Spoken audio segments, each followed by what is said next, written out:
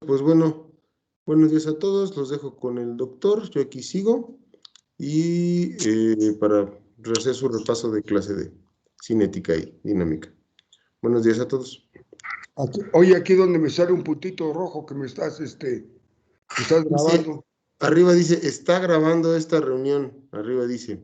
Y si ve el Ah, reloj ya vi. de la parte superior izquierda, ahí se pone Como en un de rojito. esos Entonces, de significa que tránsito con un conito para me digo que iniciar. estamos grabando la cosa esta. ¿Sale? Bueno, Sale. Lo dejo, doctor. sí, gracias. Jóvenes, buenos días. Con su manita. Buenos días, jóvenes. Buenos días, doctor. Buenos días, Con doctor. su manita para que los vea. Así, bien. Muy bien, muy bien, muy bien. Muy bien, todos están. Qué bueno. Bueno, buenos días. Vamos a... Gracias. Ya la pueden bajar. Ya la pueden bajar. Este, Voy a retomar el capítulo de farmacocinética que habíamos iniciado la sesión pasada. Aquí recordarles que en la terapéutica, en la clínica, el objetivo primordial en la medicina es obtener un resultado benéfico con efectos adversos mínimos. Y esto se logra con dosis apropiadas. La farmacocinética, por ahí alguien tiene su micrófono y está haciendo algo de ruido. La farmacocinética, Doctor Adán, apague su micrófono, por favor. ahora sí, ya no hay ese ruido, ¿verdad? La farmacocinética tiene que ver con todo lo que el organismo le produce la sustancia. Y el organismo le produce la sustancia lo mismo que hace para todas las sustancias externas que interactúan con él, como los alimentos, los líquidos, los gases. Lo mismo que le hace a las sustancias nutritivas o a los alimentos, voy a decir, es lo mismo que le va a hacer a los alimentos. Los va a absorber y la absorción va a depender de la vía de administración.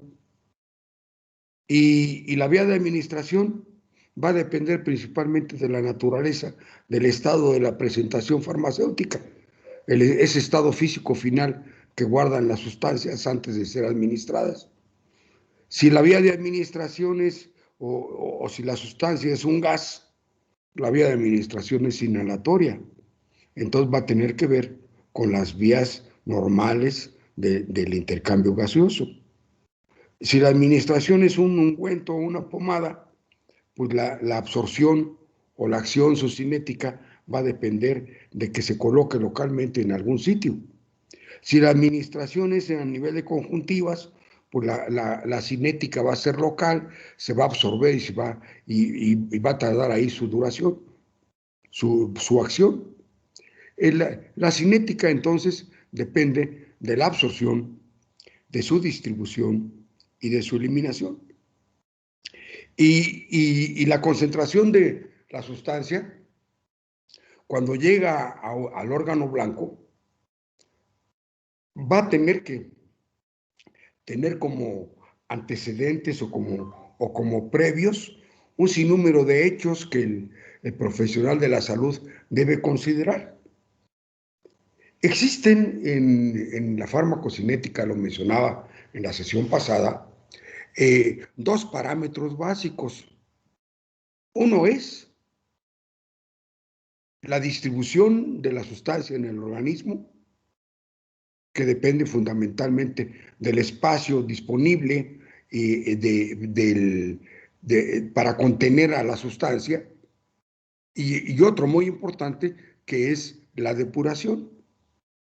Y la depuración, pongan ustedes como un sinónimo de eliminación, la forma como se eliminan las sustancias.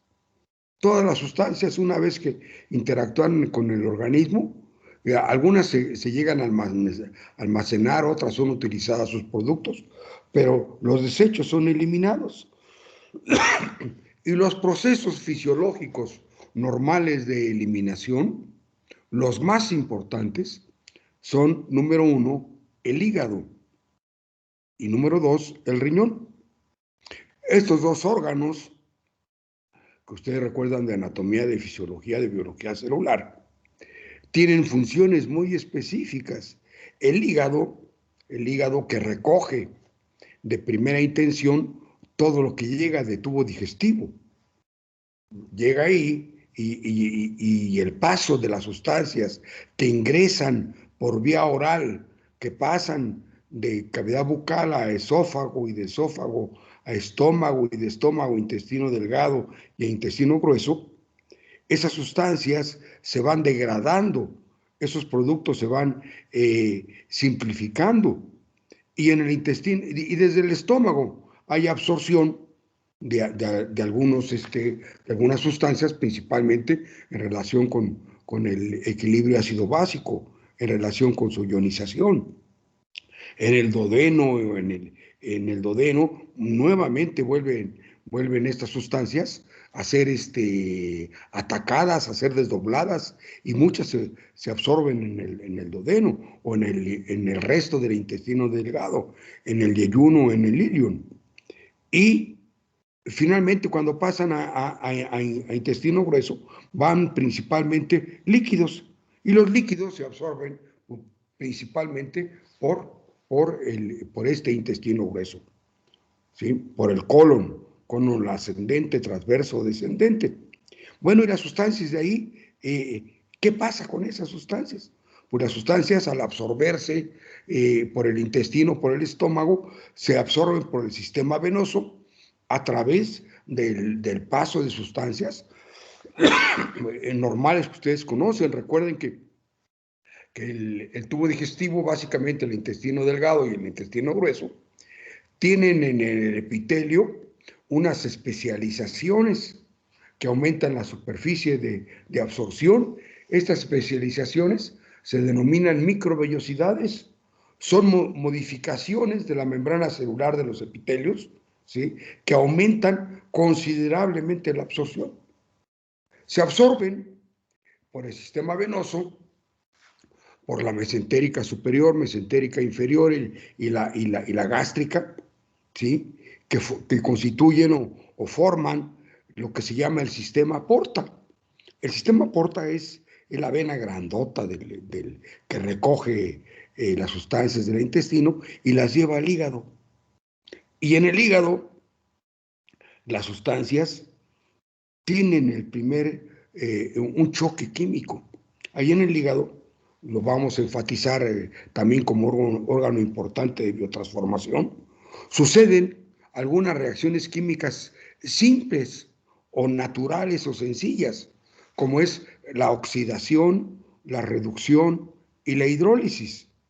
Estas reacciones pues consisten básicamente oxidación e introducir oxígeno o reducir hidrógeno, reducción, introducir hidrógeno o reducir oxígeno, e hidrólisis, la descomposición en presencia de agua.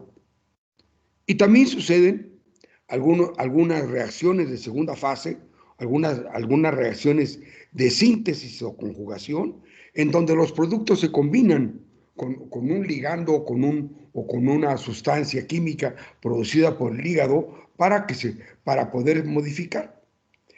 Y de ahí muchas sustancias se eliminan, y se eliminan a través de la bilis.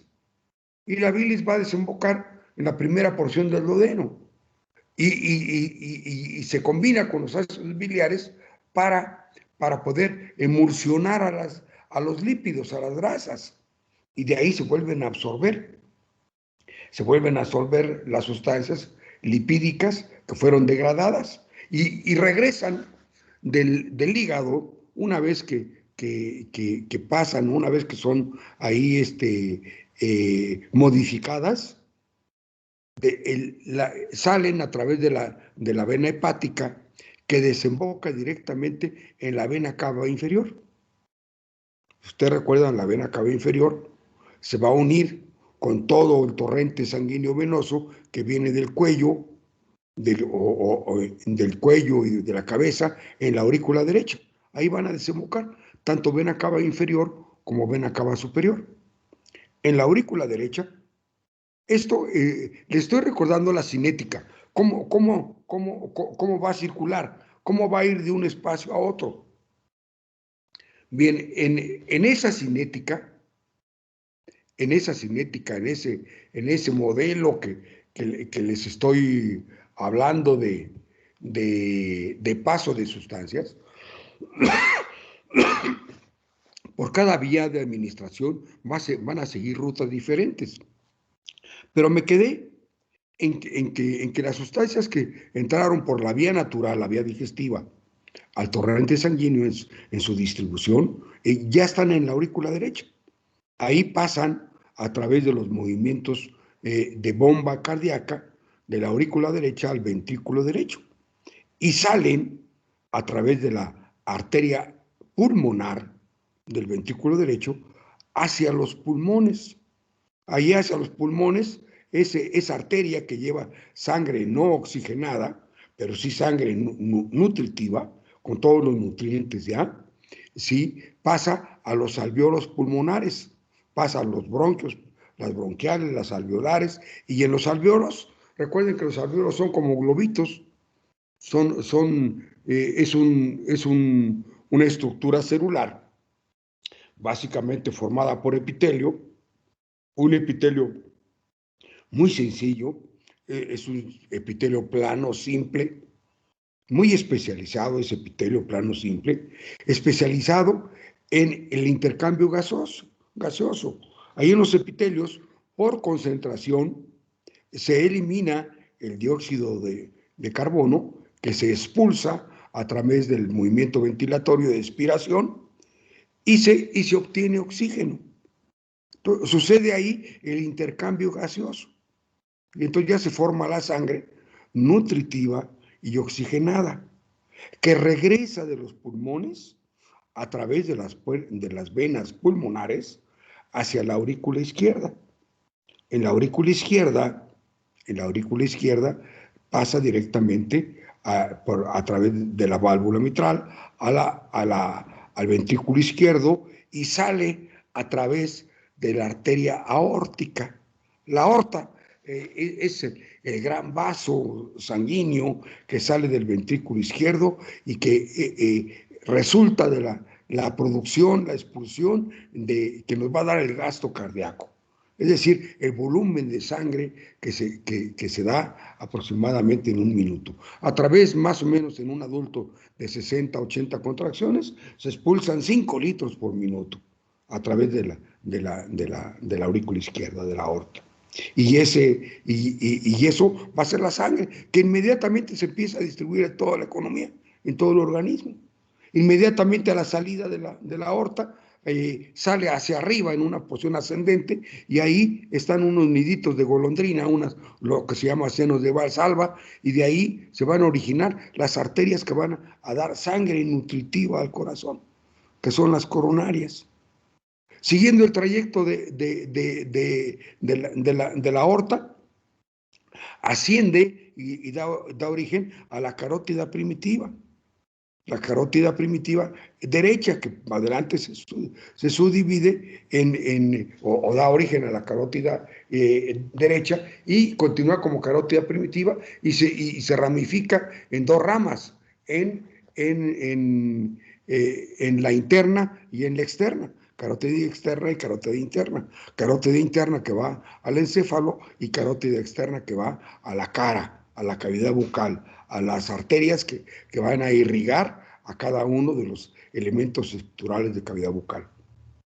La izquierda también se ramifica, ahí en la porción transversa, desciende, da origen a los bronquiales, a los pleurales, a los diafragmáticos, a la gástrica, continúa en forma de arteria abdominal, la arteria abdominal continúa con la pélvica, la femoral, la popltea, la tibial, hasta la pedia, hasta el dedo, hasta los dedos del pie. Bueno, esa es la distribución que van a tener las sustancias que vienen por estómago. De ahí se recogen a través del sistema venoso y se van a recoger nuevamente por las venas de extremidades inferiores, extremidades superiores, por las venas del cuello, por las yugulares y de las subclavias, y se incorpora nuevamente para caer en la aurícula, en la aurícula derecha. Ahí van a regresar y el sistema. Bien, ese es el proceso que sigue la distribución de las sustancias. Eso es lo que vamos a ver. Esa distribución de sustancias es como se distribuyen los fármacos. Al fenómeno de paso de las sustancias de tubo digestivo al hígado se denomina fenómeno del primer paso. Y es muy importante ese fenómeno de primer paso, ya lo mencionaba. Anótenlo, pregunta de examen. Ya está, hasta le dictamos como pregunta que definan en qué consiste ese fenómeno del primer paso. Y ese fenómeno del primer paso es fundamental para la biotransformación o el paso de sustancias. Ahora, quiero subrayarles que dependiendo de cada vía de administración, ¿sí?, van a tener una cinética. Ahorita les platiqué de la vía oral, pero imagínense la vía sublingual, aquella que depositamos debajo de la lengua. Se recoge por el plexo venoso lingual, en el piso de la boca. En el piso de la boca, pues que tenemos un epitelio también muy simple, muy lisito. Se lo tocan ustedes con el pico de la lengua, con la punta de la lengua, que es muy lisito el piso de la boca. Es un epitelio. También es estratificado, pero no es cornificado. No está cornificado, no está queratinizado y tiene gran capacidad de absorción. Esos desembocan directamente en los vasos sanguíneos, en las venas del cuello, y esos van a desembocar ¿a dónde? Directamente a la vena cava superior. Ya no pasaron por el hígado ahí, y de la vena cava superior desembocan en la aurícula derecha. Y la aurícula derecha, ¿qué va a hacer ese proceso? ¿A dónde va a ir? De la aurícula derecha va a tomar la pequeña circulación de la arteria pulmonar a los pulmones y se va a distribuir nuevamente toda la economía. Eso es importante, que sepamos ese mecanismo de eliminación. Vamos a imaginar que lo administran directamente en vía venosa. Si lo administran por vía venosa, ya no pasa nuevamente por el hígado en este momento, sino que pasa directamente a todo el sistema venoso y regresa a la aurícula derecha. Las hemorroidales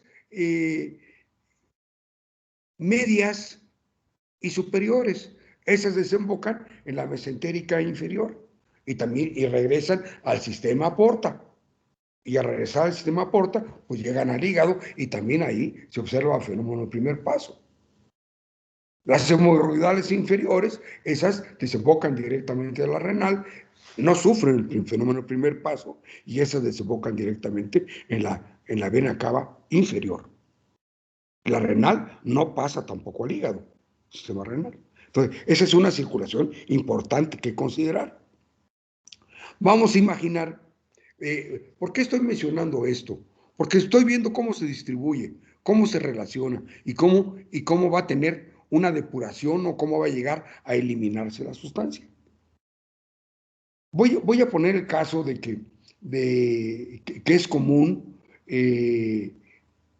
para precisar o enfatizar el ejemplo de cuando alguien toma alcohol, cuando alguien toma drogas que pasan estómago. Vamos a pensar los productos alcoholizados, ¿sí? Pasan estómago, pasan a la circulación general y llegan a todos los órganos a eliminarse, ¿sí? Y se van a eliminar Principalmente el alcohol puede obtenerse en forma gaseosa y se va a eliminar a través de los alvéolos pulmonares y se va a eliminar en una expiración en los mecanismos ventilatorios. ¿Qué sucede con las medidas sociales como el alcoholímetro, que mide la cantidad de alcohol que se está expirando?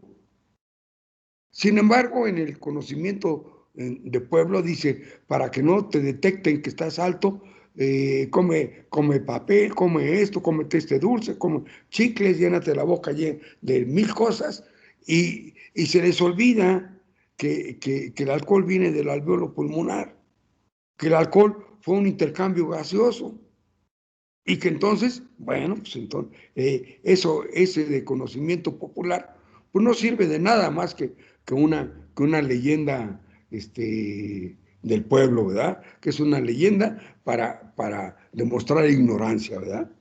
Sí, de nada sirve. De nada sirve.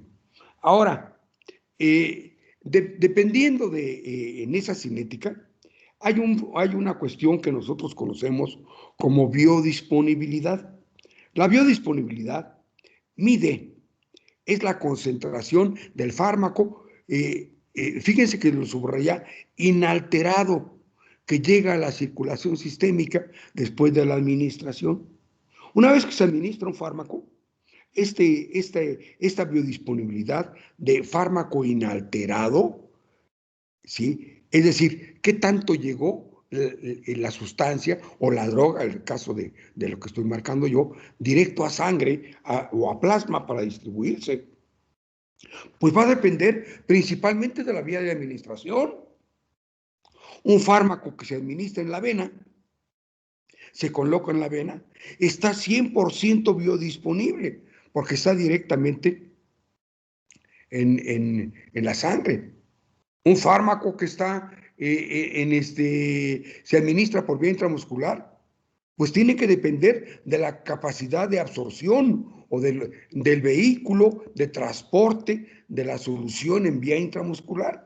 Hay productos que son de depósito que tardan 24, 48 o 15 días en absorberse, pero hay vehículos en donde va la sustancia, en donde la absorción es muy rápida y en 6 o 8 horas ya hay una alta biodisponibilidad. La vía subcutánea tiene una absorción menor.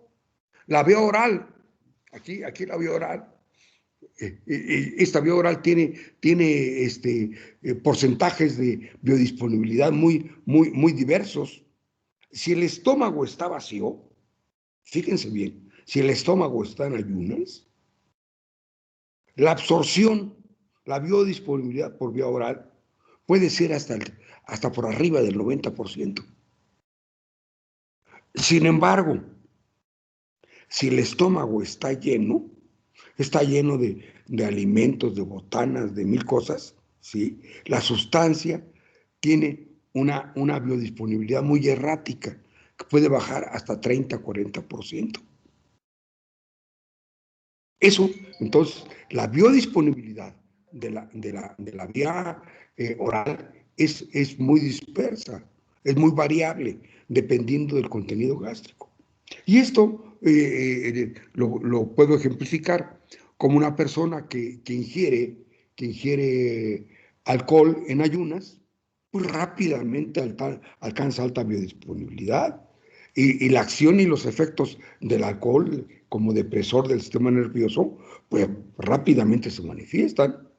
Se embriaga o se emborracha rápidamente, una persona se intoxica si no tomó alimento o aquel que tomó alimento, o los alimentos que tomó, por ejemplo, los alimentos grasos. Eso permite una absorción diferente. Entonces, vean ustedes cómo esa biodisponibilidad y esa distribución depende o va a estar determinando una concentración del fármaco que finalmente nos va a permitir que llegue al órgano blanco sistémico en determinada concentración. Y llega al órgano blanco sistémico y ahí puede tener un efecto inmediato, puede tener un efecto intermedio o un efecto tardío, dependiendo de muchas condiciones de esa cinética. Ahora bien, si llega al sistema hepático, al sistema renal, pues vamos a pensar que tiene una eliminación, en un rato se elimina la sustancia. Pero hay otros órganos que también realizan eliminación. Vamos a imaginar la saliva. La saliva está eliminando aquellas sustancias que vienen del plasma y que la regresan nuevamente a cavidad bucal y nuevamente a tubo digestivo. El sudor, la lágrima, ¿sí? Las secreciones mucosas. También se eliminan sustancias a través del pelo, a través de las uñas, o las sustancias se depositan alguna temporada y están teniendo intercambio. Sustancias que llegan a depositarse en el tejido adiposo o que se depositan o se almacenan en los huesos. Voy a poner un ejemplo que seguramente les interesa. El fluoruro. Miren, el fluoruro normalmente lo ingerimos por vía oral, a través de los alimentos, a través del agua, ¿sí? Va combinado ahí, no va libre, siempre va combinado. Recuérdense que el fluoruro prácticamente no lo encontramos libre en la naturaleza, solo lo encontramos libre en vapores a 132 grados centígrados, en fábricas o en volcanes. Ahí está, es un gas inestable, casi siempre va combinado, y va combinado con minerales, principalmente con el calcio, con el fosfato o con bicarbonatos. Y ese fluoruro en los alimentos, en el estómago, o con el sodio, se desdobla y puede ser absorbido. Se absorbe hasta en un 50%. El resto se elimina en heces fecales. Nosotros queremos ver cuál es su cinética, su biodisponibilidad, y podemos ver que gran porcentaje se va a eliminar en 24 horas. Y ese se va a eliminar en 24 horas a través de la orina, a través del funcionamiento renal. Pero queremos saber en cuánta concentración de fluoruro hemos ingerido en una semana. Bueno, pues vamos y tomamos una muestra, no de orina, porque ese nos está dando un indicador de 24 horas, pero tomamos una muestra de saliva, ya sea de la parótida o la saliva total, y la podemos cuantificar. La llevamos al laboratorio y determinamos a través de métodos de electrodo específico selectivo, determinamos la concentración de fluoruro en saliva, y generalmente lleva una correlación con el plasma. Bueno, pero hasta ahí vamos bien, pero queremos saber este individuo cuánto fluoruro ingirió en un mes o en 15 días. Bueno, pues entonces tomamos una muestra de pelo, la procesamos bioquímicamente, producimos cenizas, y de esa muestra incineramos el pelo, recapturamos el polvo, lo medimos, establecemos una correlación, lo disolvemos con productos específicos que ayudan a mantener el fluoruro libre, y lo podemos leer nuevamente con el electrodo. Pero queremos saber cuánto fluoruro ha tenido este individuo en la infancia. Bueno, pues entonces tomamos una muestra de esmalte, aprovechamos el diente que sufrió una caída en el intercambio de dentición primaria y secundaria, y hacemos una lectura de la biopsia del esmalte. O queremos ver el fluoruro que se depositó en el hueso, pues hay que tomar un hueso de una falange, o ver el crecimiento de este elemento a través de métodos de tomografía específicamente, que determinan la densitometría, y a través de la densitometría podemos determinar la cantidad de fluoruro que tiene el hueso. Entonces estamos viendo, fíjense bien, lo interesante de esto, que estamos siguiendo una cinética y la estamos aprovechando. Y estamos reconociendo y determinando cuál es el comportamiento que tiene cada uno de los elementos. En ocasiones, Nos interesa, pues, tener efectos inmediatos, efectos retrasados y efectos acumulativos. Y los laboratorios para suplir, para hacerlo más, para tener mejor cumplimiento de ciertas cosas, de ciertos fármacos, prepara sustancias que tienen una biodisponibilidad inmediata, una biodisponibilidad retrasada o una biodisponibilidad acumulativa. Y les voy a poner el ejemplo de lo que hacen los laboratorios cuando combina penicilinas. Tiene una penicilina que se denomina bencetacil combinado, que tiene penicilina cristalina sódica y potásica, que tiene una vida media, ya hablaba algo de vida media o semivida, de 2 a 4 horas, y que tiene una acción, obviamente, como lo estoy diciendo, muy rápida, esa penicilina cristalina, 2 a 4 horas. Pero la combina con una penicilina procaínica, que tiene una vida media de 12 a 24 horas. Y entonces tiene una acción retrasada. Pero la combina también con penicilina benzatínica, que tiene una biodisponibilidad hasta de 15 o 20 días. Y el producto entonces nos está dando un mantenimiento de un antimicrobiano durante 20 días.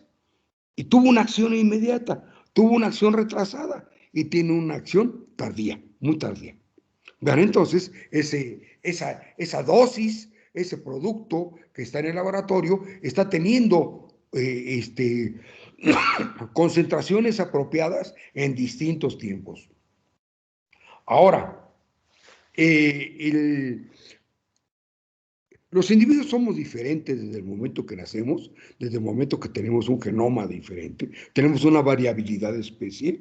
Sin embargo, en la mayoría tenemos una curva de respuesta, de una curva de normalidad, pero hay factores que hemos discutido que afectan o que modifican la acción farmacológica de las drogas.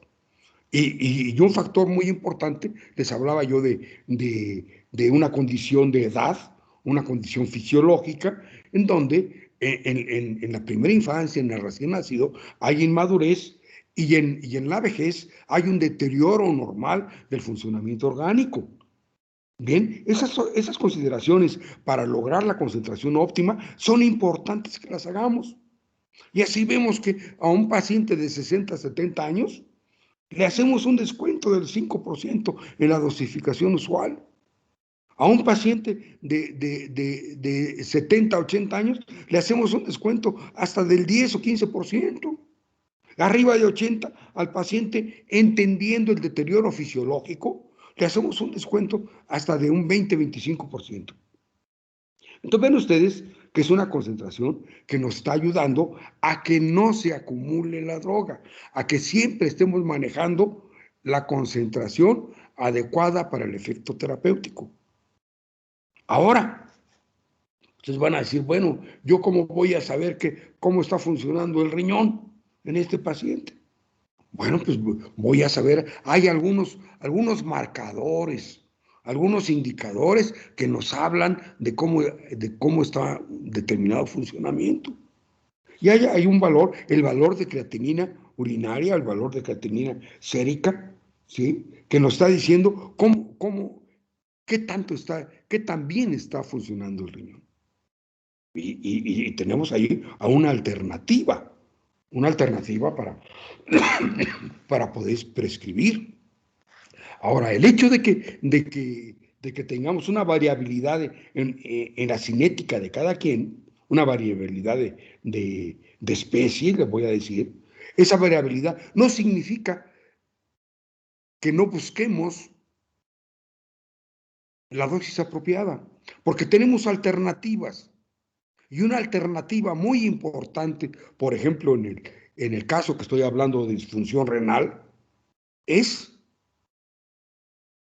disminuir la dosis o aumentar el intervalo de administración.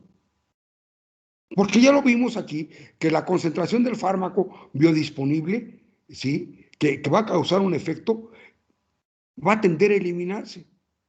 Pero también puede acumularse si no se elimina. Y si se acumula, nos puede dar efectos tóxicos. Y este es un fenómeno muy importante, porque si no consideramos esto, sobre todo cuando estamos administrando dosis repetidas, corremos el riesgo de que las manifestaciones tóxicas o no deseables sean máximas. Y entonces no nos conviene. Como terapeutas, como clínicos, no nos conviene que el fármaco que estemos administrando esté provocando efectos indeseables. Tenemos entonces nosotros que buscar o que idearnos una manera para disminuir esos efectos tóxicos. Y aquí es la lógica terapéutica, aquí es el arte de la terapéutica, el arte de curar. Porque entendemos que si la droga se acumula, ¿sí? Va a llegar un momento en que esa acumulación, con las dosis sucesivas, llegue a concentraciones tóxicas. Y repito, eso no nos está siendo útil. En el otro grupo ponía el ejemplo de esa droga que se acumula, de los digitálicos. Los digitálicos o glucósidos cardíacos son drogas que regulan, retardan y refuerzan las contracciones cardíacas. Estos digitálicos se dan, la indicación número 1 son insuficiencia cardíaca, es decir, que el volumen de expulsión del gasto cardíaco no satisfaga los requerimientos que tiene todo el organismo, principalmente los órganos que tienen un flujo sanguíneo muy alto, como son el cerebro, como son el riñón, como son los pulmones, como es el intestino.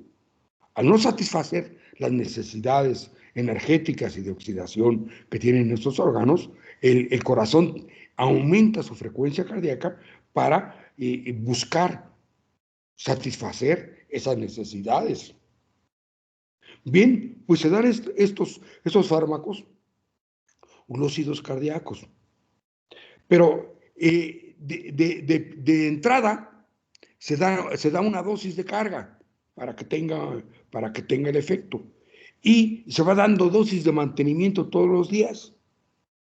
Pero son drogas que se acumulan en el tejido muscular. Son drogas que se acumulan en el tejido adiposo. Y esa acumulación día con día se va incrementando. Imagínense, la dosis del lunes, ¿sí? No se elimina al 100% en 24 horas, sino que se queda, vamos a imaginar, un 20%.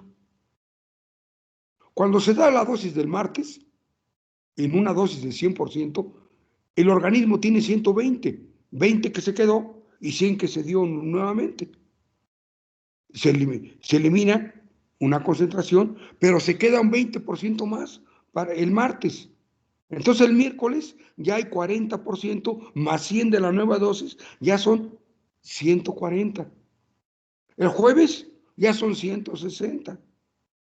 El viernes ya son 180. Y esa concentración, ¿qué está sucediendo?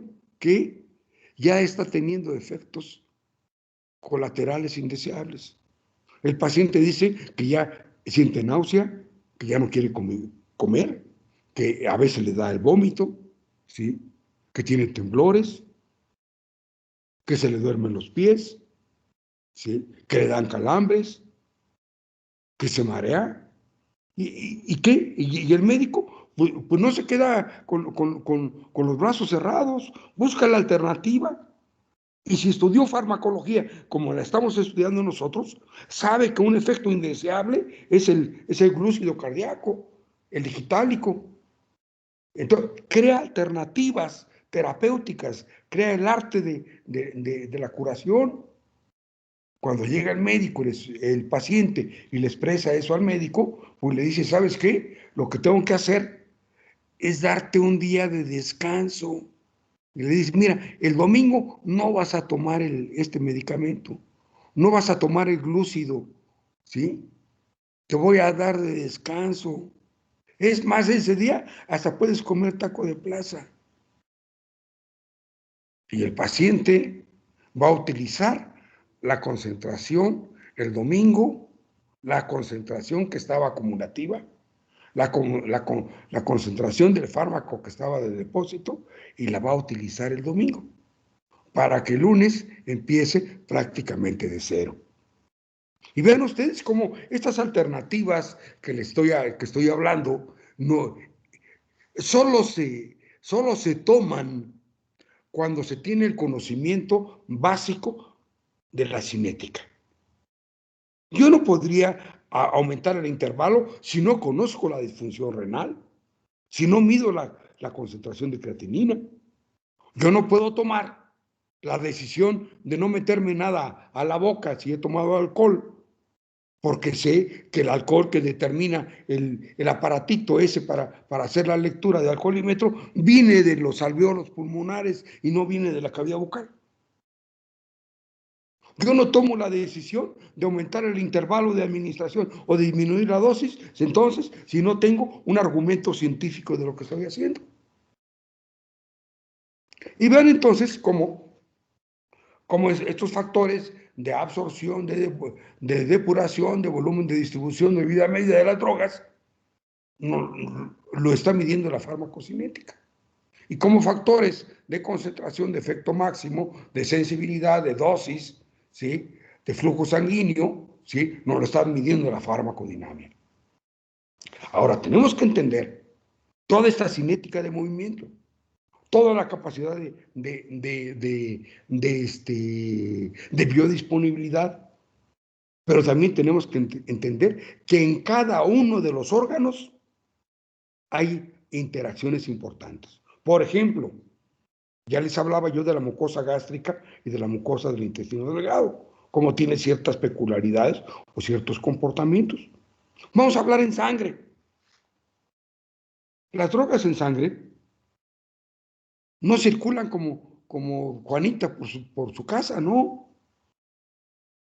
Generalmente van unidos llevan un vehículo, van en un vehículo. Decirles, por ejemplo, el vehículo del oxígeno, el vehículo del dióxido de carbono, de estos gases, es una proteína, es la hemoglobina, es la proteína funcional que circula en el eritrocito. La hemoglobina es la proteína funcional de la estructura del eritrocito. Ahí circula, ese es su vehículo. Los eritrocitos transportan el oxígeno y el dióxido de carbono. Bueno, ¿y las drogas quién las transporta? Las transporta el plasma, principalmente las proteínas. La principal proteína del plasma es la albúmina. Entonces, van en la albúmina, aunque también pueden ir en globulinas, o también en glucoproteínas alfa ácidas. ¿Sí? Y entonces ahí, imagínense un paciente con hiperproteinuria o con gran cantidad de proteínas, o un paciente con desnutrición, en donde ven que su transporte, su vehículo, su autobús para transportar la droga está alterada. O vamos a pensar que su autobús o potrobús va ocupado por un hipoglucemiante oral, por una metformina, con una biguanida, ahí, con algo que el paciente es diabético y su transporte va lleno. Y le administran ustedes un analgésico. Y el analgésico trae una banderita ahí que dice preferente, asiento preferente. Va y se sienta en el lugar de la metformina, en el lugar de la biguanida que está en la albúmina, y la saca de ahí. Y entonces la biguanida o la metformina ya está libre. Y la droga libre es la que tiene acción farmacológica, es la que se va a permear en los distintos tejidos.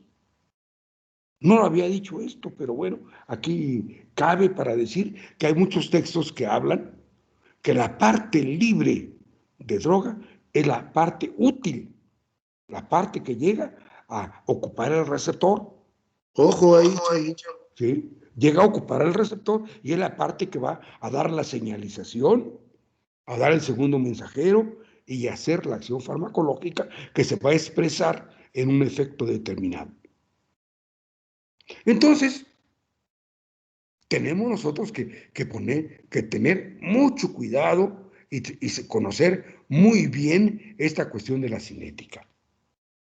Y sirve esta clase bueno, para decirle seriamente que el odontólogo no es la cabeza, los dientes no están despegados de la cavidad bucal y que la cavidad bucal no está despegada del estómago, no es independiente al riñón, no es independiente al hígado, no es independiente a la distribución general de sustancias. Es parte integral del individuo. Y entonces vamos a quedar perfectamente bien claros en que la cavidad bucal parte fundamental en el desarrollo integral del individuo en total. Que la cabeza no está despegada del cuerpo, del corazón. Y que si nosotros administramos un analgésico, ¿sí?, para el dolor dental, ese analgésico va a tener una cinética, una absorción, va a tener una biodisponibilidad y una depuración. Hace muchos años, cuando en farmacología había un grupo de autoridades que estaban obsesionadas en que el odontólogo solo tenía que ver la muela podrida.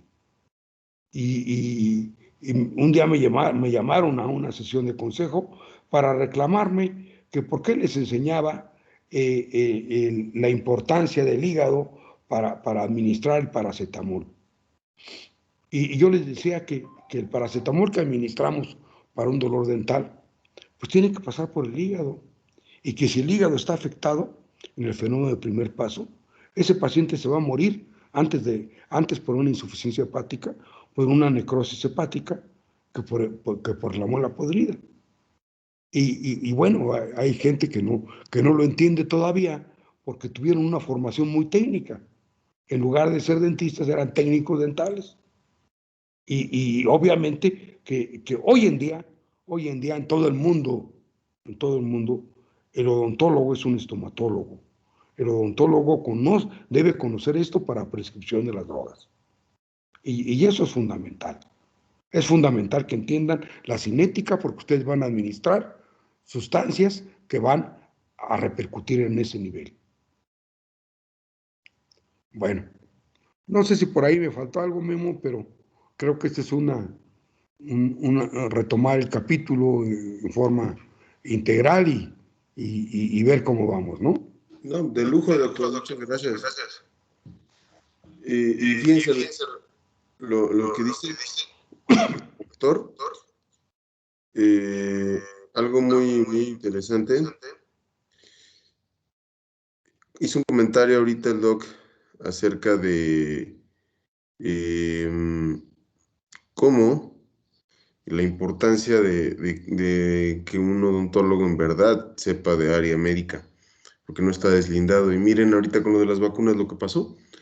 Nuestro secretario de salud, no sé qué sea este tipo de Gatell, es un ignorante. O sea, ahora resulta que es más importante vacunar a un repartidor que a un odontólogo, ¿no?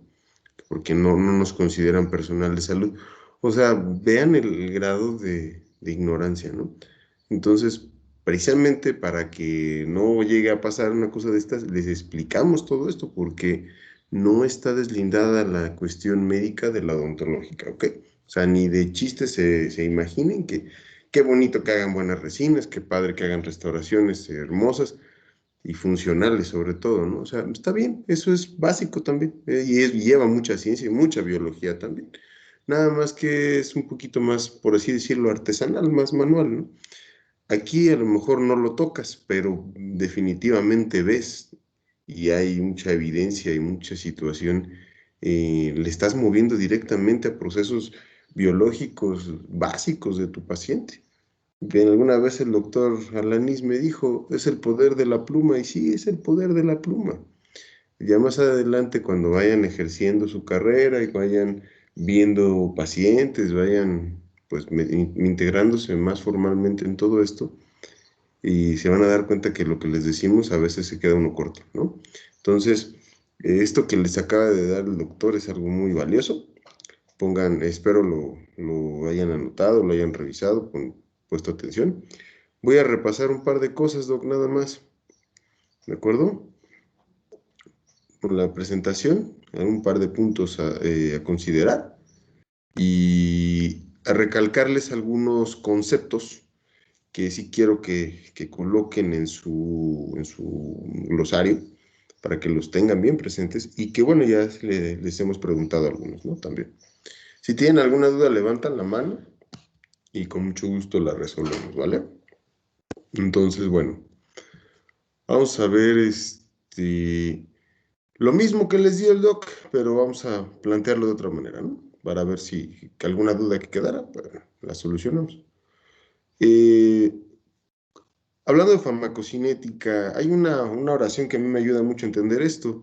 Dices todos los procesos que el organismo les produce al fármaco, porque innegablemente cuando el fármaco entra en el organismo se producen muchas cosas, pero puedes catalogarlos de dos equipos o de dos formas, ¿no? O sea, agruparlos en lo que el fármaco le haría al cuerpo, que es farmacodinámica, que habla de efectos, y la cinética, que es lo que el organismo le produce al fármaco. Va a estar muy relacionado con la concentración del fármaco. Mencionaba que hay varios procesos farmacocinéticos, son bastantes. El doctor les hizo una bonita descripción de toda la fisiología y todo, cómo sucede esto, cómo se encadenan estos procesos, ¿no? La absorción, la distribución y eliminación son los básicos para entender algo. Primero lo absorbes, es decir, primero pasa de donde lo hayas administrado al torrente sanguíneo. Una vez en el torrente sanguíneo se distribuye. Tiene que llegar a su punto de acción, que eso ya sería una cuestión de farmacodinámica. Hace su efecto. Una vez realizado el efecto, pues ya se tiene que ir, ¿no? Entonces hay que eliminarlo. Suena sencillo, pero hay una serie de muchos pasos intermedios entre todo esto, ¿no? Y procesos que se deben de llevar. Si tu paciente tiene alguna alteración o alguna situación patológica, fisiológica, como decía el doctor, la edad es importante, por decirlo, ciertas peculiaridades. Si tienes algún detalle de esto, le va a mover, te va a afectar la absorción, la distribución o la eliminación, y eso altera el resultado, innegablemente. Puede causar situaciones lesivas. Hablando de farmacodinamia es lo contrario, ¿no? Lo que el fármaco le producirá al organismo. Habla de efectos, de respuesta farmacológica, sensibilidad de las células hacia el fármaco, ¿sí? Efectos, ¿sí? Lo que puedes evidenciar. Pueden ser positivos o pueden ser lesivos o negativos. Pero a fin de cuentas es farmacodinamia. Piensen en receptor, por favor. Fármaco receptor. Ahí piensen en eso. Parámetros básicos.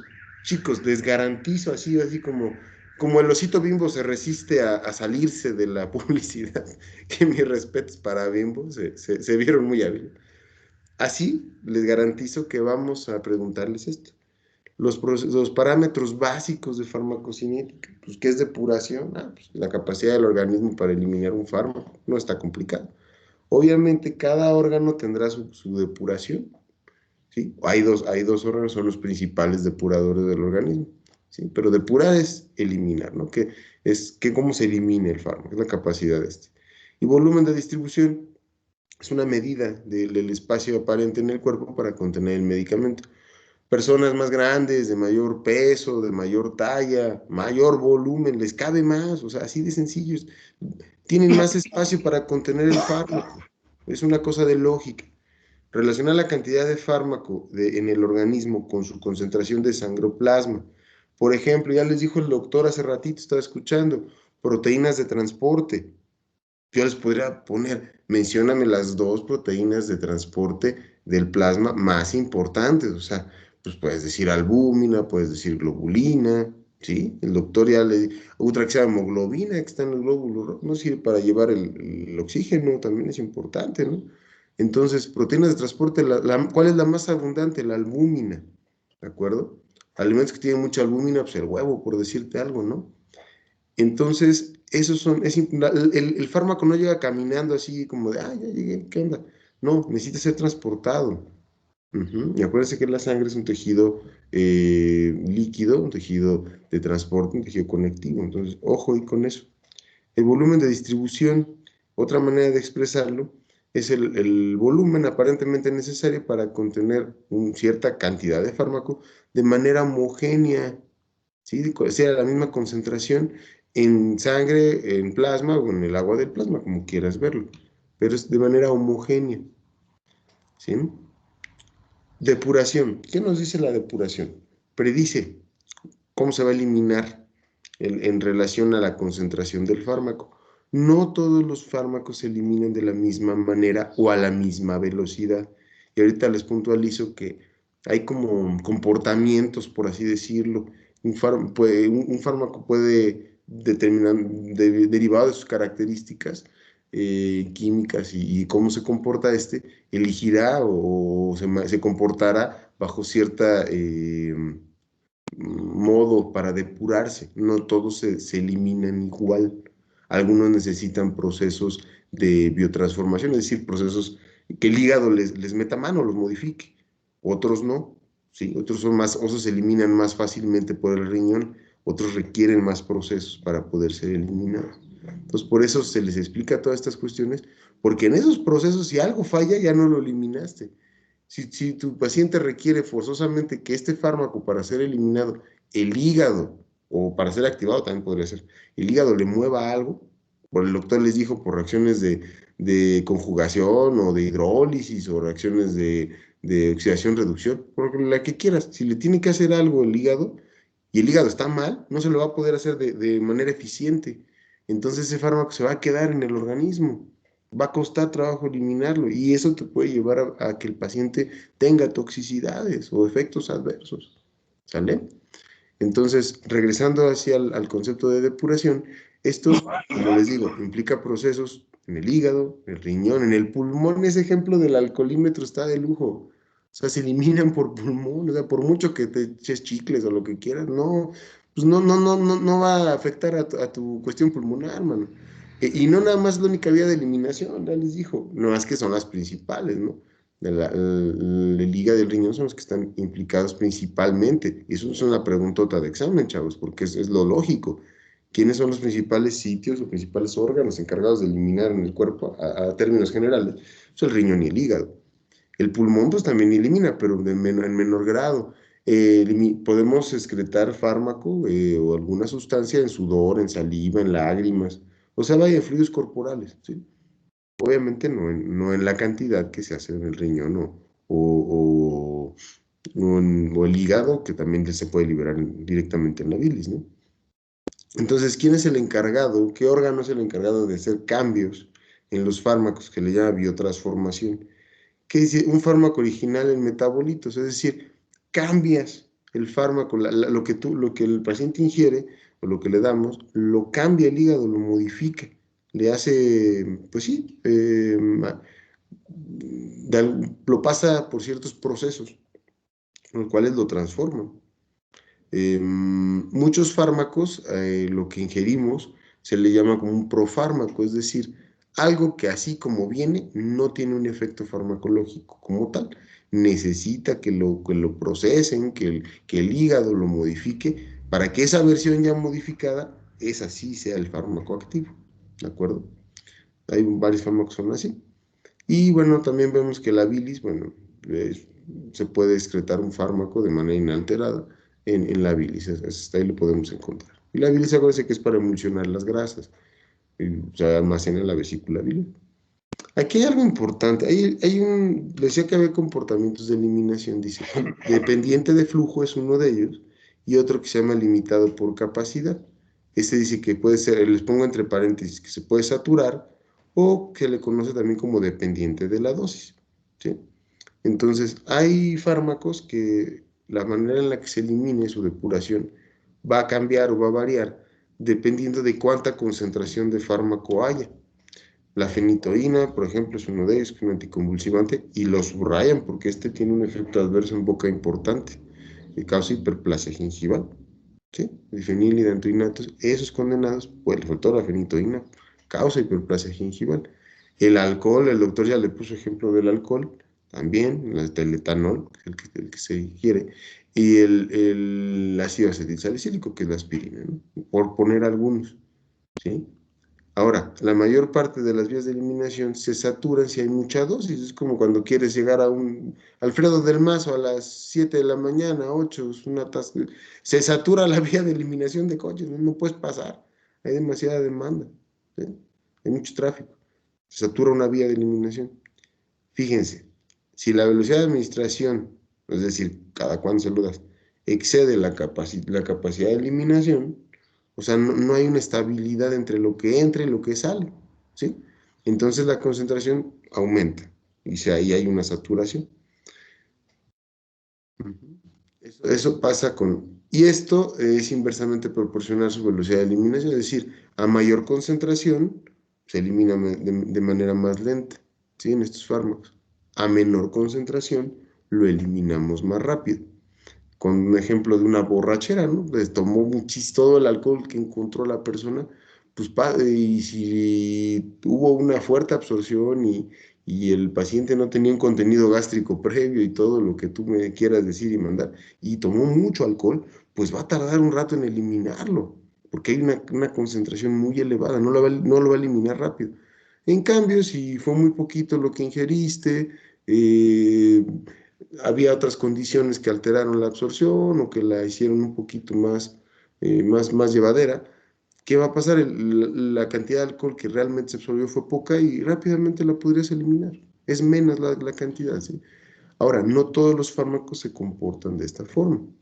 Tenemos que ser independiente de flujo. Esa eliminación dice, principalmente el rango de liberación se debe a través del órgano que lo está haciendo. Hay fármacos que se les conoce de alta extracción. ¿Qué quiere decir un fármaco de alta extracción? Pues que extraen casi por completo o de manera muy efectiva de la sangre por el órgano, es decir, el riñón lo filtra de manera, pues, por así decirlo, fácil o rápido. La lidocaína es uno de ellos, que lo usamos mucho nosotros, la morfina, que es un derivado del opio, y el propanolol, que es un antihipertensivo, ¿de acuerdo? Adelante, Doc, si quiere decir algo, sin problema, ¿eh?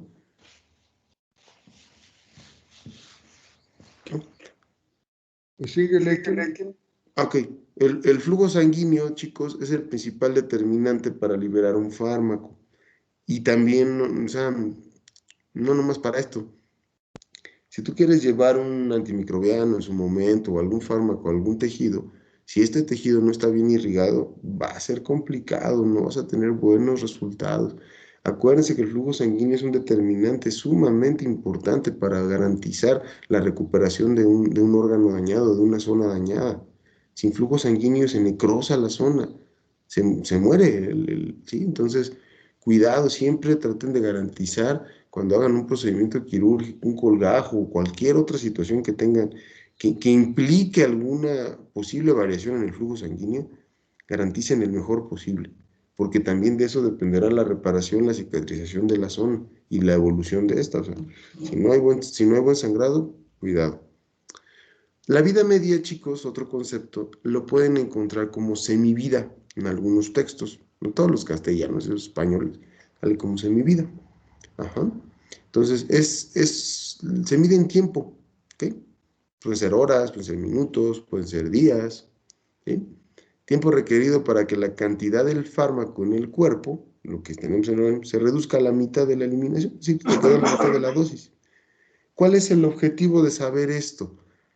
Pues para poder establecer un intervalo de dosificación, ¿sí? Si tú conoces la vida media de un fármaco, sabes hasta por cuánto tiempo se pueden mantener concentraciones terapéuticas en el organismo.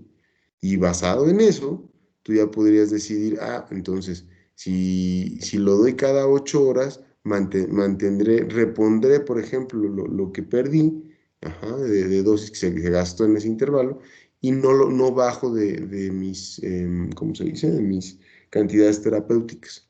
Esa es la intención. Cuando el paciente no obedece o por alguna razón o circunstancia no sigue el esquema que tú le indicas, entonces hay variaciones o puede haber lapsos, puede haber periodos que el paciente estuvo con concentraciones menores a las terapéuticas y eso nos puede llevar a un fracaso, sobre todo en una cuestión de una, por decir algo, una situación de una infección, ¿sí? Entonces, porque hubo un tiempo que quedó sin antibiótico, ¿no? Entonces, o con cantidades mínimas que ya no son efectivas, y ahí es donde pueden aparecer otra serie de problemas, ¿vale? Entonces, la permanencia del fármaco en el organismo, ¿de qué depende? De cómo se distribuye, ¿sí? De su volumen de distribución, y de qué tan rápido lo depuras, ¿sí? Por eso, decía el doc, necesitas ajustar las dosis en ciertos casos, en adultos mayores, en personas con alguna situación, por ejemplo, una insuficiente renal, alguien que ya padeció o tiene un sabido daño hepático, no sé, una estatosis hepática, un hígado graso, una cirrosis. O sea, no son cosas menores, chicos. O sea, dice, ay, pero yo le di la dosis normal, o sea, la que me dije, la que dice en el libro. Estoy de acuerdo, pero no es correcto porque no la adecuaste para este paciente. ¿Sí? Debes considerar que no depura, que no elimina a la misma velocidad que un paciente promedio. Entonces, para eso sirven estos conceptos. Indica el tiempo requerido, por así decir, para alcanzar el 50% del estado estable. ¿Qué 50%? Estado estable, ¿qué viene a decir? Que lo mismo que le administres, es lo mismo que tiene que salir. ¿Sí? Ese es un estado estable, lo que se va eliminando. A ver, aquí, échenle cuentas.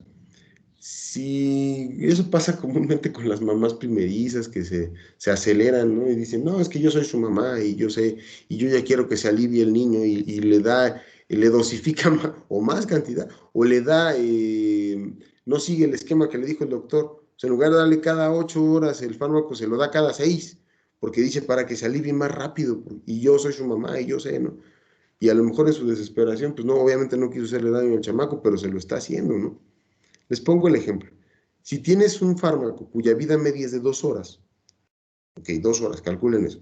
Dice, el intervalo de dosificación para evitar un fenómeno de acumulación, es decir, dice, es menor a 4 vidas medias. Dice, si el intervalo es menor a 4 vidas medias, la acumulación será detectable. Es decir, si tu vida media de este fármaco que les pongo el ejemplo es de 2 horas, 4 por 2, 8 horas, ¿ok? Entonces, este fármaco, como esquema así correcto, digamos ya marginal, cada 8 horas lo podrías administrar y no habría acumulación del fármaco, basado en lo de las vidas medias, ¿no? Pero si la mamá dice, no, yo lo doy cada 6 porque yo digo, entonces no le das tiempo entre dosis y dosis a que hagas ese estado estable. Entonces les queda un residual o les queda acumulado fármaco que no gastaron. Y ya le dieron otra vez la dosis, entonces ya no es la misma dosis que antes, porque tiene una acumulación de la previa. Traducción, va a llegar un punto en el que el paciente ya va a tener una sobredosis por lo que se le acumuló, más lo que le están dando, pues es como si le aumentaran la dosis de golpe. Hay fármacos que son muy delicados, el doctor les mencionó lo de digoxina, ¿no? Entonces, ojo, no, afortunadamente en odontología tenemos unos intervalos, digamos, o unos ciertos rangos que nos permiten prescribir de manera bastante segura la mayoría de los fármacos, pero nunca se confíen, por favor. En cuestiones de cardiología sí es mucho más delicado porque los intervalos son más cerrados. Entonces, y debes de darles esquemas bien explicados a tus pacientes de cómo va a tomar las cosas. Ahora, si tú no le explicas, el paciente hace lo que cree conveniente. Pero si tú le explicas y se lo pones por escrito, ¿vale? En tu prescripción o en tus indicaciones, se lo dices, se lo pones por escrito. Si él ya no sigue las indicaciones, entonces eso ya es otro tenor, ¿de acuerdo? Pero tú estás, por así decirlo, blindado, protegido, porque yo le dije que se lo tomara así. Y por esto le prescribí esta situación. Si alguien le dijo que tomara otra cosa, se lo tomó de otra manera, eso sí ya no es culpa tuya. Pero tienes que explicarle el por qué, o sea, brevemente, el por qué haces esto, por qué eliges ese fármaco y por qué lo prescribes de esa forma, ¿no? Entonces, ojo, el factor de acumulación diagnostica la relación entre la concentración de un estado estable y la que se observa al mismo tiempo después de la dosis. En resumen, es lo inversamente proporcional, lo contrario a la parte de la dosis que se pierde entre cada intervalo de dosificación. Nada más sería eso. Biodisponibilidad como concepto. Es una fracción, es una parte del fármaco que llega inalterada, lo que realmente llega a la circulación sistémica después de administrarlo por cualquier vía que haya sido. Si fue intramuscular, si fue oral. Por ejemplo, ¿cuál es la vía de administración que tiene la mejor biodisponibilidad? Pues la intravenosa, ¿no? Porque directamente, o sea, no tuvo que pasar por un proceso de absorción, no tuvo que librar otras situaciones, es muy rápida, porque pues te ahorras todo ese tiempo del proceso de absorción. Y se prefiere esta vía cuando la situación es grave, cuando el tiempo apremia y requieres un efecto prácticamente inmediato o muy, muy rápido de lo que estás haciendo para salvar a tu paciente.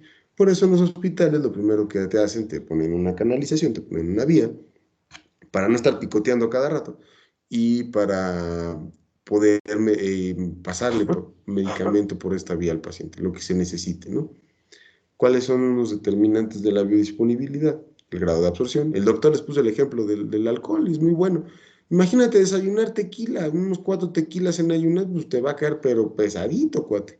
O sea, va a entrar directo prácticamente. No es lo mismo esa misma cantidad de tequila si te la tomas después de comerte unos 2 platos de pozole así abundante y un postre y una serie de cosas. Ajá, diferentes, ¿no? Ahora, entonces sí es importante eso.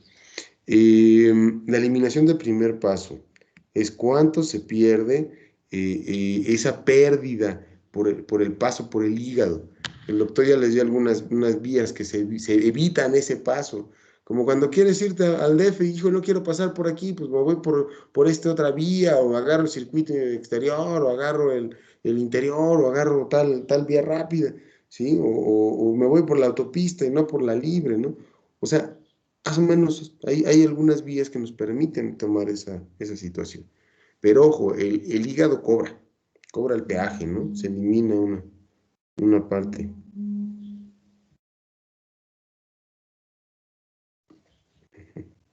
¿De acuerdo? Ahora, algo bien, bien importante, la velocidad de absorción también, si tú le mueves, si el contenido gástrico, por ejemplo, en la situación de la vía oral, pues cambia qué tan rápido se absorbe un fármaco, ¿no? ¿Sí? Si el fármaco es demasiado hidrofílico, no cruza la membrana lipídica. Si es muy lipofílico, no es tan soluble como para pasar la capa de agua o en la capa adyacente de la célula, sino no nada bien, ¿no? Ahora, grábense esto. ¿Cómo puedes entender la eliminación del primer paso o pérdida del primer paso hepático? Es la reducción en la biodisponibilidad. Es una reducción en la biodisponibilidad, ¿sí? Eso que les puse ahí de metabolización de CYP3A4 y no sé qué tanto, es un citocromo. ¿Qué es eso? Ah, pues es una familia de proteínas ahí de enzimas muy peculiares que se encuentran en el hígado. Específicamente se les conoce como oxidases de función mixta y se encuentran en los microsomas hepáticos, ¿sale? Y eso va dado por tu genética. O sea, todos tenemos, ¿sí? Una serie son muchísimas, son 300 y tantas. Entonces, es todo ese contenido enzimático y todas esas situaciones, esa combinación, en resumen, van a cambiar, a metabolizar, pues sí, a transformar los, la mayoría de las sustancias que entran en nuestro organismo. De ahí que algunas familias sean más sensibles o menos sensibles a ciertos fármacos, ¿de acuerdo? Pero está dado en tu hígado es el que está, por medio de este sistema, está transformando, cambiando ciertos medicamentos, ¿de acuerdo? Entonces, eso es lo que les dijo el doctor, ya les hizo una muy buena mención de toda la fisiología, de cómo va, viene y baja y todo, ¿de acuerdo? También se puede excretar sustancia directa en la bilis. Ojo, ¿sale? Entonces, cuando llega al hígado, será biotransformado. Y es el siguiente capítulo que vamos a ver. La velocidad de absorción, ¿cómo se determina? ¿O bajo qué términos se determina? El sitio de administración tiene que ver y la fórmula del fármaco, ¿sí? La velocidad de absorción y el grado ¿de ingreso a dónde? Pues al torrente sanguíneo, ¿no? Influye en la efectividad clínica del medicamento. Pues claro, si tarda mucho en hacer, pues en hacer efecto, vamos a decir que se absorbe muy lentamente, a lo mejor lo quiero para mantener una cuestión de un efecto prolongado, ¿sí? O sea, no quiere decir que sea malo, simplemente hay que utilizarlo o ser racional en cómo lo vas a usar. O sea, piénsale dos veces. Si yo tengo una crisis, algo agudo, yo quiero a un fármaco que rápidamente se absorba y que rápidamente me haga efecto, ¿sí? Aquí subrayen estas dos y me permitiría recomendarles que lo anoten para su glosario. ¿Qué se refiere cuando un fármaco tiene un mecanismo de absorción de orden cero? ¿A qué quiere decir eso? Es decir, que la velocidad de absorción, es decir, qué tan rápido va a pasar al torrente sanguíneo este fármaco, es independiente de la cantidad de fármaco que le reste en el intestino. O sea, aunque haya mucha concentración, a este fármaco no le importa, él tiene una velocidad de absorción estable, ¿sí? La misma, si es poco o mucho, se absorbe a la misma velocidad. Eso quiere decir que es de orden cero. Y cuando es de primer orden, quiere decir que la velocidad de absorción será proporcional a la concentración. Es decir, a mayor fármaco, más rápido se absorbe, ¿sí? Más rápido pasará al torrente. ¿De acuerdo? Entonces, por favor, me anotan esos dos conceptos, que es importante. ¿Vale?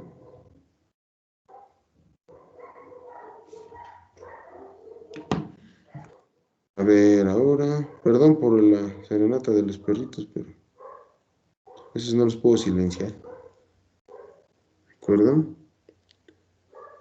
¿Sí les dan de comer? Son los del vecino, yo no sé, acá parece zoológico. Si no son los perritos del vecino, es el tamalero, el que vende los colchones. Ayer pasó uno de un partido político, no sé qué, que afíliate, de quién sabe qué cosa. No, no, todo me pasa aquí con estos. Está curioso. Pero bueno, Así es esto. una disculpa, chicos, eso sí no los puedo controlar. Bueno, la tasa de extracción. Cuando se habla de una tasa en cuestiones pues de todo esto, es una relación numérica, ¿sí? O sea, dice, la depuración sistémica, es decir, la depuración total, la eliminación total o la suma de todas las depuraciones orgánicas, no es afectada por la biodisponibilidad, pero puede afectar qué tan disponible es, ¿sí? La tasa de extracción. Dices, ¿cómo se entiende esto? Un fármaco que tenga una alta tasa de extracción, es decir, que rápidamente se puede eliminar, nos va a dar variaciones en la biodisponibilidad de un individuo a otro. Por decir algo, una persona que elimina muy rápido un fármaco, el alcohol, por decir, está tomando, pero está yendo a orinar con mucha frecuencia, lo está excretando muy rápido, pues digamos, burdamente, por así decirlo, nunca tuvo el efecto, nunca se le subió, ¿sí? O sea, nunca se puso verdaderamente borracho, ¿no? Por así decirlo, el efecto del alcohol no lo alcanzó por completo, dice, ay, pues es Superman o qué. No, simplemente lo metaboliza muy rápido, lo elimina muy rápido, tal manera que no le dio tiempo al fármaco de hacer el efecto correcto. Es decir, la biodisponibilidad se vio afectada. No llegó tanta la cantidad de fármaco total que ingirió este paciente, no llegó, se perdió. Hubo una parte que se perdió, es decir, se excretó más rápido. Esto se debe a diferencias, pues ahora sí, metabólicas entre individuos, el funcionamiento hepático de cada quien, el flujo sanguíneo. Les puede llegar a pasar con el anestésico local, ya ha pasado, porque también tiene una metabolización similar al alcohol, ¿no? La lido. Pues, haces tu bloqueo bien a gusto, todo muy bonito, muy padre, y de repente ya vas a medio procedimiento, el paciente estaba completamente, y dice, oye, Doc, ya se me está empezando a pasar la anestesia. O sea, no me duele ni nada, pero siento que se me está quitando. Ahí en la torre. Yo les pregunto, oye, ¿acostumbras tomar mucho alcohol? ¿Cómo es el comportamiento cuando bebes? Ay, Doc, se me va de volada. Le digo, pues me hubieras dicho antes, ¿no? Entonces ahí pues, podrías poner una dosis de refuerzo, alguna situación, pero porque el paciente es un metabolizador rápido, lo elimina rápido. Y me ha tocado situaciones que pacientes, y les comento esto porque les puede llegar a pasar y hace la relación con el concepto que les estoy diciendo. Colocas pues, la dosis normal, o sea, no sé, un carpool, por ejemplo, que está indicado, ¿no? Una dosis promedio para un procedimiento de operatorio, algo que van a hacer mucho, ¿no? Y resulta que el paciente te habla, oye, doc, ¿tienes alguna molestia? ¿Pasa algo? 2 horas después de la consulta, o 3 horas, o 4 horas. Oye, doctor, es igual anestesiado. No me digas cómo crees. Si no me siento mal ni nada, pero apenas se me empieza a pasar, ¿es normal? Entonces, no se espanten, pregúntenle, oye, cuando te has tomado alguna cerveza, alguna cosa, cuando tomas algún medicamento, tardas mucho en eliminarlo, te dura mucho el efecto. Ay, doc, me tomo 2 cervezas y con eso tengo, me dura toda la tarde. Ok, tranquilos, toma más agua, relájate, hay que tomar más líquidos para que excretes más rápido esto, para que salga más fácil, ¿de acuerdo? Pero son diferencias entre paciente y paciente. Ahora, ¿cuál es la vía fisiológica de administración? Es la más conveniente. ¿Cuál es la vía? A ver, una pregunta antes que se duerman. ¿Cuál es la vía fisiológica de administración? A ver, doctora América, dígame, ¿cuál es la vía fisiológica de administración de un fármaco? Por favor. Buenos días. Bueno. Ya se durmió.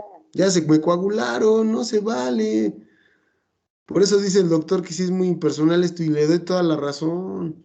No lo estamos viendo. A ver, doctora Diana Luisa María Torres. Ay, Dios, 3 nombres. A ver, doctora, Buenos ¿cuál días, es la doctor. vía fisiológica de administración? Mm, Sería el intravenoso. No. A ver, ¿Qué dijo? doctora, a ver, por favor, ¿usted toma su desayuno intravenoso? Oral. Cuidado ahí, ojo. La vía fisiológica es la vía natural, la normal, como ingieres tus alimentos, pues la vía oral. No, la vía intravenosa no puede ser fisiológica, no se entiende como tal así porque normalmente no nos alimentamos directamente a las venas, ¿no? A los vasos sanguíneos. Entonces ahí vean, es una pequeña trampa, no es una trampa, es nada más aplicar la lógica. Despierten chicos, atentos. La vía oral es la vía fisiológica y es la vía más conveniente, por conveniencia, por facilidad. Vemos que su biodisponibilidad puede alterarse por ciertos factores, es medio quisquilloso ese asunto. Entonces, no la escogemos porque tenga la mejor biodisponibilidad, la escogemos porque es la más natural o la más fácil o la más conveniente para administrar algo. La vía tópica, ¿cuál es la ventaja? Tópica, es decir, local, se maximiza la concentración de un fármaco en un sitio determinado y evitas que se presente en otros lados o la minimizas. Por ejemplo, un corticoide, si tienes un caso de una dermatitis atópica, una irritación localizada, una reacción localizada en una de las manos, por ejemplo, en una mano, porque agarraste algo, una planta o no sé, una situación de con el látex o no sé, algo te irritó ahí, te desencadenó una reacción. Te puedes poner un corticoide local, ¿sí? Y ya, y te baja la reacción ahí. Pero si lo dieras sistémico, pues también te haría el efecto, pero corres el riesgo de todas las situaciones de implicaciones fisiológicas que pudiera mencionar este fármaco, por ejemplo, una hiperglucemia, ¿no? Se me ocurre, por decirte algo, ¿no? Entonces, ojo, la vía tópica sirve para eso. Transdérmica, para prolongar el tiempo de absorción de un medicamento, la subcutánea también, una vacuna, por decirle algo. Tabletas sublinguales, también se le dice lingüetas, ¿no? Creo en algún lado lo leí por ahí. Es para evitar el primer paso hepático, ¿sí? Porque se va directo a las venas sistémicas no portales. Los supositorios, por ejemplo, la vía rectal también, por las hemorroidales, pues sí va a llegar al hígado, pero primero pasará a otra situación, ¿no? Entonces, es otra forma. También se absorbe muy rápido. Efectos inmediatos, pues se relacionan, es en relación al tiempo en el efecto de un fármaco, ¿sí? Eh, Perdón, doctor no, Memo, adelante. si me dejas tantito. Pero con mucho gusto, adelante. Mira, ahorita que si regresa la anterior, tu imagen previa, esa, el doctor le está comentando ahí de ciertas ventajas para buscar otras vías de administración. Quiero puntualizar muy bien esto. Cuando la ventaja es por un efecto irritativo local, pues es plausible, es bien aprovechada. Pero debemos entender algunas cuestiones. Por ejemplo, los AINES inhiben a una ciclooxigenasa y permiten que no se produzcan las prostaglandinas, principalmente la prostaglandina E1. Y al no producirse la prostaglandina E1, es una prostaglandina que se llama citoprotectora. Principalmente en la mucosa gástrica, el AINE, al inhibirla por vía sistémica o por vía de acción o por biofase, no tiene una capacidad, no inhibe la prostaglandina E1 por una vía irritativa, sino por una vía sanguínea, por una vía de llegar a nivel celular. Y entonces aquí el efecto adverso más importante del AINE y también del corticoesteroide es inhibir la prostaglandina E1. Entonces resulta que cuando no se conoce esto, cambian la vía de administración por el efecto irritativo, por el efecto local, siendo que AINES y corticosteroide no tienen sangrado de tubo digestivo por efecto irritativo local, sino por inhibición de la prostaglandina E1 citoprotectora. Entonces nosotros tenemos que reconocer, ¿sí?, ciertas ventajas cuando cambiamos la vía de administración, pero es fundamental o es esencial que identifiquemos el mecanismo de acción de todos los grupos de fármacos para entender en dónde está el efecto adverso o en dónde está el efecto no deseado. De tal manera que si ustedes administran un corticosteroide sistémicamente que inhiba la producción de prostaglandinas, tiene el mismo efecto deleterio en el estómago que si lo administran por vía digestiva. Entonces, en esto hay que tener mucho cuidado. En esto, este es el arte de la medicina, este es el arte de la ciencia, el reconocer los mecanismos de acción.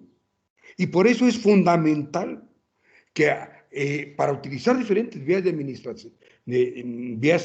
administración, razonemos perfectamente qué es lo que buscamos. Estoy muy de acuerdo, es más, todos los libros lo dicen, que la vía de excelencia es por conveniencia la vía oral, es la vía natural, es la vía fisiológica. Que si buscamos un efecto tópico local en piel, en conjuntivas, en nariz, cerca del nervio, pues una vía tópica, una vía de infiltración es adecuada. Que si buscamos una vía que no pase por hígado, pues la vía sublingual es extraordinaria. Que si buscamos una vía inmediata, pues uno de alta biodisponibilidad es la vía sanguínea, intravenosa, y excelente para un dolor agudo dental.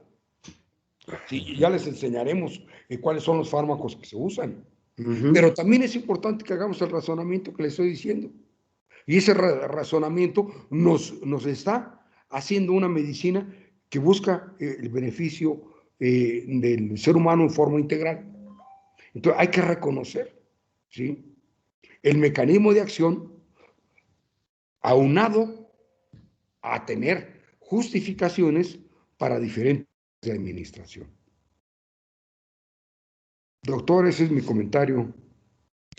Gracias, Doc, muy amable. Pues, chicos, ya atentos ahí y piénsenle bien, o sea, razonen cuando sea lo de la vía de administración, razónenlo nada más, es una cosa de lógica. Obviamente tener el conocimiento de fisiología, de ver qué está pasando, eso es básico, pero es también lógica, ¿sí? Sentido común nada más, razónenlo un poquito y encontrarán la respuesta sin tanto problema. Hablando en cuestión de tiempo, bueno, vamos a ver que hay fármacos que tendrán efectos inmediatos, ajá, se van a relacionar directamente con las concentraciones de plasmáticas. No necesariamente los efectos serán paralelos nada más a la concentración en el tiempo, ¿sí? El efecto no será siempre directamente proporcional a la concentración. Habrá fármacos que tendrán un efecto prolongado, un efecto duradero, ¿cómo se dice? De duración prolongada o de acción prolongada, ¿sale? Pero presentarán de manera rápida los efectos. Acuérdense que la vía de administración que más rápido nos ayuda a presentar un efecto farmacológico, pues es la intravenosa, ¿no? Es la de más rápida acción. Ahora, efectos retrasados o retardados. Hay una demora en el tiempo en que se refleja ¿cómo se llama? El efecto farmacológico. Muchas veces esto se debe a un fenómeno de cinética, una cuestión farmacocinética, demoras ya mayores en efectos, en horas, días. Se debe también a que el recambio es lento entre una sustancia fisiológica, se necesita un metabolito producido por el organismo para que se pueda expresar el efecto farmacológico. Por ejemplo, la vitamina K, cuando la administramos en un paciente para favorecer o mejorar la coagulación de este paciente, si la vía intrínseca de coagulación anda ahí fallando por alguna situación, nosotros vamos a hacer una operación, un procedimiento quirúrgico y queremos garantizar que no haya un problema, o bueno, o sea, minimizar alguna situación en el asunto de la coagulación. No se lo puedes poner una hora antes la vitamina o un día antes, o no, debe ser previamente, de más o menos 2 semanas mínimo para que se exprese el efecto de esto, ¿sí? Entonces, es importante que si analices bien a tu paciente, revises bien cuando vas a hacer un procedimiento quirúrgico importante. Si tú no revisas, no le preguntas, no ves a tu paciente, lo ubicas bien, no le mandas unas pruebas hemorragíparas, ni enterado por esto, y al rato por eso vienen las complicaciones y los problemas. ¿Sí? Una hemorragia ahí fuerte, y dices, no, pues yo sí le pregunté y pues no me dijo. A veces el paciente no sabe muchas cosas y a veces el paciente puede llegar a mentirte con tal de que lo atiendas, ¿no? Con la desesperación de que lo atiendas. Entonces, tengan eso presente. Nunca se confíen, siempre revisen. Es mejor. Más vale que le digan que este doctor es medio exageradito, pero qué bueno porque me está cuidando, ¿sí? O que no hay que hacer obviedades. Eso es riesgoso para ustedes y para el paciente y para todos. Fármacos que tienen o expresan una cuestión de un efecto acumulativo. ¿Cuándo se va a dar esto? No se da cuando lo administra solo una vez, se da cuando el paciente ingiere este fármaco de manera constante, que no lo puede dejar y lleva mucho tiempo en esto. Algunos efectos de fármacos están muy relacionados en esta situación. Por ejemplo, hay antimicrobianos como la gentamicina que se sabe que son tóxicos renales. Hay un doctor hablando de esto, nos ponía un ejemplo de la estreptomicina, que es un fármaco que puede ser utilizado como un esquema para tratar la tuberculosis, pero tiene un efecto tóxico, un efecto adverso importante, que es un daño es ototóxico, daña la audición, daña el oído. Entonces el paciente, como es una cuestión de tuberculosis, lleva este tratamiento por años. Entonces, ¿qué pasa con el paciente? Eso lo regalan, ese antimicrobiano, que es muy barato, la OMS lo regala, es de los más baratos. Entonces, ¿qué va a pasar ahí? El paciente se lo coloca, pues sí, ya no tiene la tuberculosis, pero quedó sordo, por la acción de este fármaco, ¿no? Entonces, aquí, aparte de esto, ¿qué me preocuparía? Tienen que revisar primero si tu paciente tiene insuficiente renal o tiene algún daño en el riñón o es diabético y ya hay cierta implicación renal ahí, o sea, no por la diabetes, pero por el daño renal que pueda tener este paciente, no le des un nefrotóxico, ¿no? O sea, usa la lógica en ese sentido. La diferencia en toxicidad es una consecuencia predecible, ¿sí? Entonces, en cuestión de patrones de concentración de fármaco y el tiempo que lo va a utilizar el paciente. Por favor, anotan estos conceptos. Es bien importante saber qué es una dosis de mantenimiento y qué es una dosis de carga. Dosis de carga, dosis de impregnación. Por ahí alguna vez leí que dosis de ataque. Bueno, ok. Dosis de carga, dosis de impregnación. Es la primera que le vas a dar al paciente. Normalmente es mayor a las de mantenimiento. Es una dosis más elevada. Es la que nos sirve para elevar rápidamente la concentración de fármaco en el plasma para que pueda alcanzar niveles terapéuticos óptimos, ¿sí? Para que rápido tengamos el efecto. Luego vendrá la dosis de mantenimiento. Es en la que nada más vamos a administrar lo suficiente o lo indicado, lo correcto, para reponer la parte que se eliminó de la dosis previa. Es decir, hacer un estado estable entre la velocidad de administración y la velocidad de eliminación, para mantener niveles terapéuticos óptimos en este paciente, ¿sí? Eso se debe. Esas son preguntas de exámenes, chicos. Variables farmacocinéticas, repasando un poquito. Ejemplo, absorción, depuración, volumen de distribución, vida media. Estos, ¿ok? Preguntables de examen todos. Y bien importante que los tengas. La absorción, ¿cómo se puede entender también? Cantidad de fármaco que ingresa en el cuerpo, determinada por un cumplimiento del régimen. Ajá. Desde el sitio de administración, cualquiera que sea a la sangre o a la circulación. Se entiende como cantidad de fármaco que ingresa en el cuerpo desde el sitio de administración a la sangre, ¿de acuerdo? Y se determina por un cumplimiento de un régimen establecido, si te lo toma cada cuándo, cómo se lo administramos. ¿Qué significa sobredosificación o subdosificación? Pues es cuando hay una falla. Sobre, se pasaron, salieron de más. Sub, le dieron menos o no lo dieron de la manera adecuada y no se alcanzaron los niveles terapéuticos óptimos, ¿sí? Hay una falla en el cumplimiento terapéutico. Pues dices, yo me lo tomé como me dijo, doctor, no sé por qué no me hizo. Puede deberse a una normalidad en la absorción, por ejemplo, es ya una peculiaridad del paciente. O algo hizo también. Depuración, la depuración anormal, o sea, una mala depuración, te va a indicar que hay un deterioro en dónde, en el hígado probablemente, en el riñón, puede haber hasta en el corazón. ¿Qué te indica la depuración de creatinina? ¿Qué te dice esto? Es un indicador cuantitativo de cómo está tu riñón. Obviamente hay más, pero este es uno de los más importantes o más importante. Si ves en los análisis de tu paciente que no está depurando bien la creatinina, ojo, ya está presentando un daño renal, ¿sí? Las enfermedades hepáticas reducen la depuración y prolongan la vida media de muchos fármacos, porque acuérdense que el hígado es el principal órgano biotransformador, ¿sí? Volumen de distribución, esto nos va a dar un equilibrio entre tejidos y fijación de proteínas del plasma, ¿sí? Nos lo ponen, acuérdense que lo que decía el doc, de las proteínas los fármacos deben de unirse a proteínas, gran parte de eso. La vida media es importante para definir mecanismos de fondo en efectos de estado patológico sobre la eliminación de un medicamento. Es decir, si el paciente tiene insuficiente renal, ojo, tendré que ajustar las dosis. Así, a grosso modo, hay dos mecanismos o dos situaciones que puedes escoger para ajustar una dosis. Una de dos, o amplías el intervalo de dosificación o reduces la dosis. ¿Ok? A grosso modo. Son dos mecanismos que puedes tener, ¿sí? El efecto máximo es aquel punto desde el cual ya no va a ocurrir un incremento adicional en la respuesta, ya no tiene sentido que tú le des más fármaco.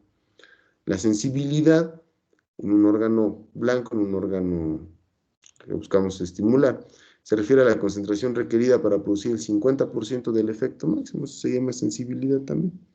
Pueden encontrar así. Depuración es el factor más importante que va a determinar la concentración del fármaco. En ella tenemos la dosis, cómo están o sea, ver cuánto se dio, cómo están las funciones del riñón y el hígado y cómo está el flujo sanguíneo de este órgano, qué tan irrigado está, ¿sí? Y también la fijación de las proteínas plasmáticas. Factores que influyen en la unión a proteína. Se los dijo el doc, yo escuché. La concentración de la albúmina, de la glucoproteína alfa ácida y la unión a proteínas que se elimina, pues, se limita por capacidad. Aquí, por ejemplo, vamos a ver, depende de la concentración, por salicilatos, prednisona, que es un corticosteroide. Listo, doc. Parte sería todo. ¿Dudas, chicos?